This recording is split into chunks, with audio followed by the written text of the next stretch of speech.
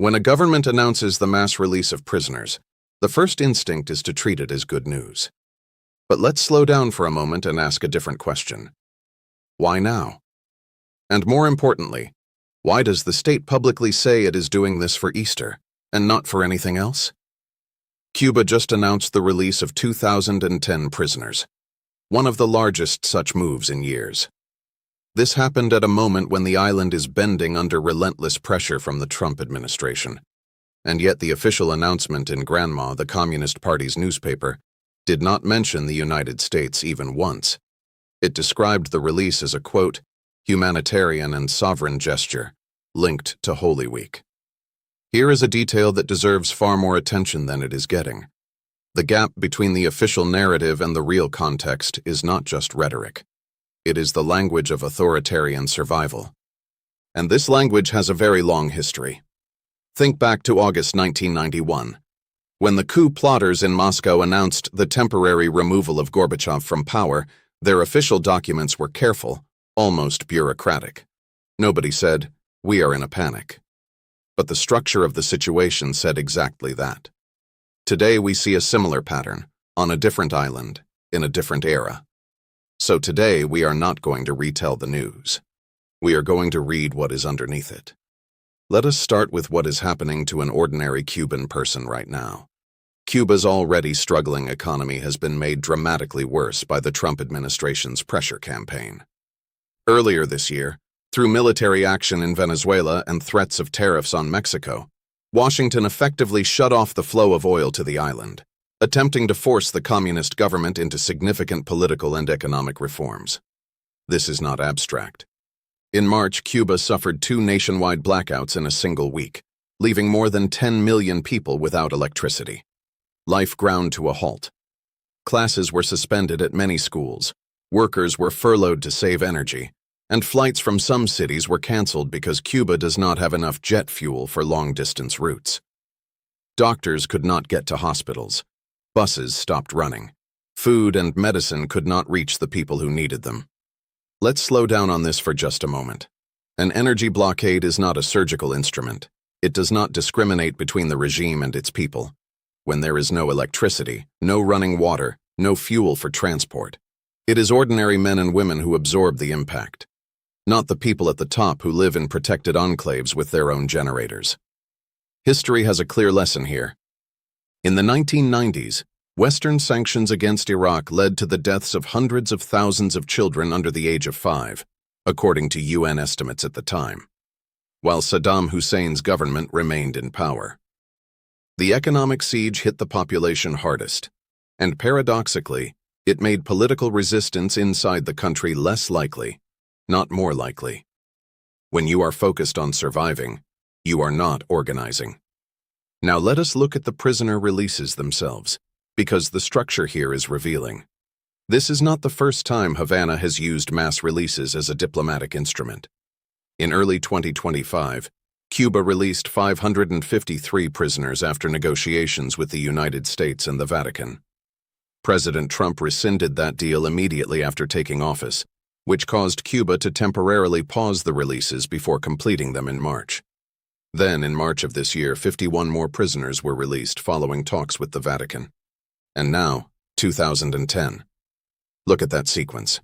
53 under Obama in 2014, 553 under Biden in 2025, 51 in March 2026, 2010 in April 2026. Each time the number is larger. Each time the pressure is greater.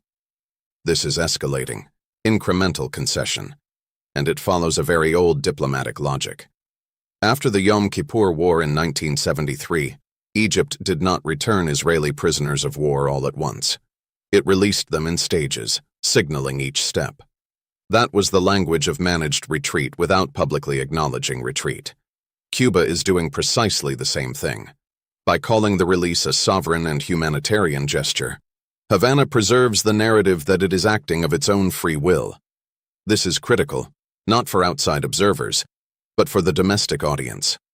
A regime cannot afford to be seen as broken. And here is the detail that tells us the most about what is actually happening. It remains unclear whether any political prisoners were included in this release. The organization Prisoners Defenders has counted 1,211 political prisoners in Cuba. The Cuban government did not name those being freed, did not say what crimes they had committed, and did not confirm when exactly they would be released. 2,010 people released from a country that officially claims to have no political prisoners. That is mathematics without transparency. And the real negotiation lives precisely inside that zone of opacity. Now let us zoom out and look at the wider map. Cuba depends almost entirely on imported oil, historically from Venezuela and Mexico.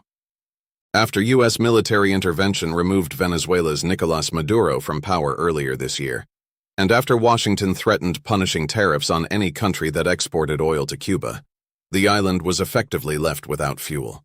This followed a U.S. executive order signed on January 30th, which declared a national emergency and authorized additional tariffs on imports from countries that supply oil to Cuba, directly or indirectly.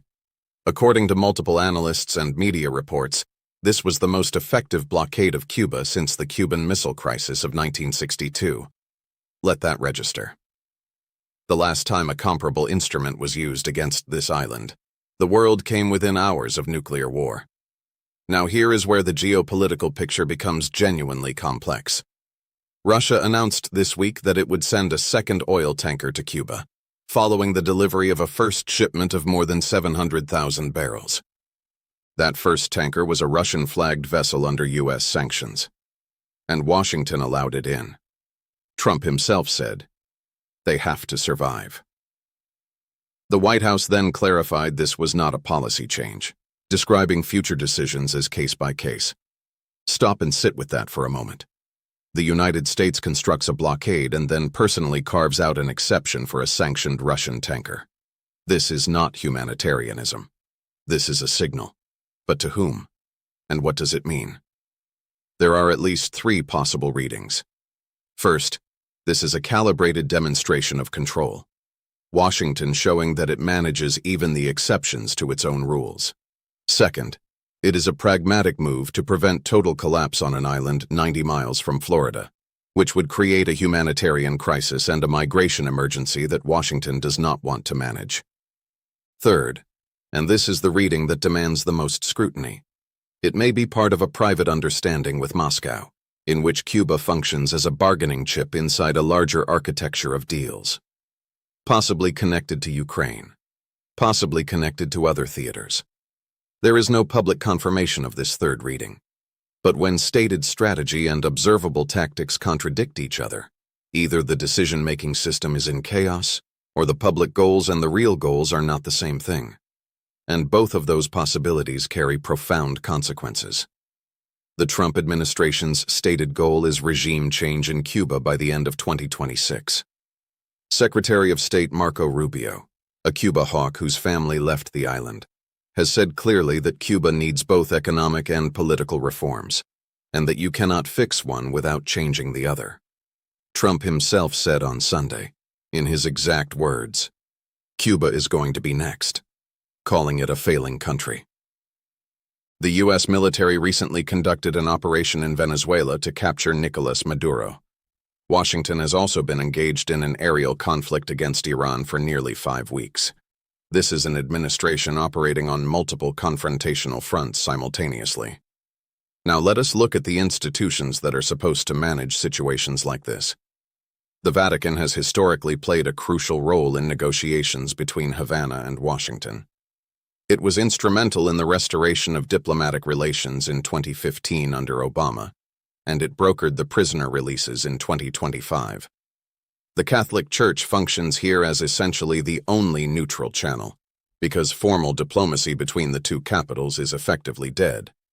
But look at what happened to that institutional framework. A deal was brokered through the Vatican. It was then unilaterally rescinded by the incoming American president.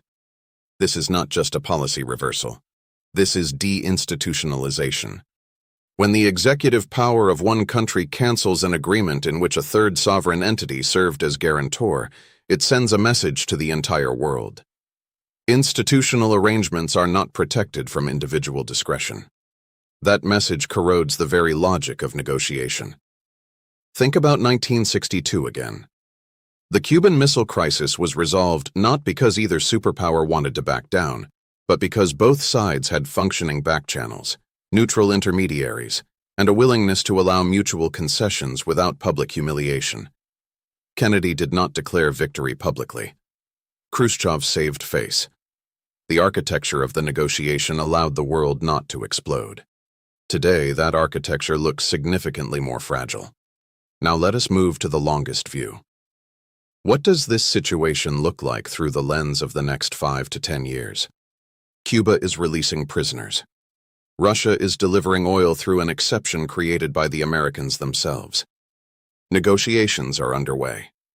Raúl Castro, who in 2026 is 95 years old, has reportedly appeared as a negotiator. The regime that built its entire identity on resistance to American imperialism is now releasing prisoners in honor of Easter. This is not just situational irony. It is a structural signal of exhaustion.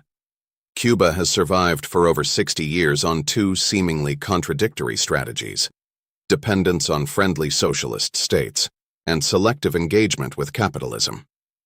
Right now, the United States appears to be making both of those strategies simultaneously impossible. Three scenarios emerge on the horizon. In the first scenario, managed transformation. Cuba gradually makes concessions, receives partial sanctions relief, and begins cautious economic reforms. The regime survives, but changes its form. Think Vietnam. Think China in the 1980s. This scenario benefits the Cuban elite, and it does not benefit those who want genuine system change. In the second scenario, collapse, the pressure proves stronger than the system's capacity to adapt. But what comes after? History shows that power vacuums in the Caribbean do not default to liberal democracy. They default to chaos, criminal networks, and competing foreign influences. In the third scenario, frozen dependency, Russia and China continue to supply just enough resources to preserve the status quo. Cuba survives but becomes entirely dependent on new patrons. The island transforms from a revolutionary project into a geopolitical asset that no one wants to lose. And now the question I want to leave with you, not as rhetoric, but as a genuine analytical problem. If regime change is the stated goal, and if economic pressure is actually working, why is Washington itself opening holes in its own blockade?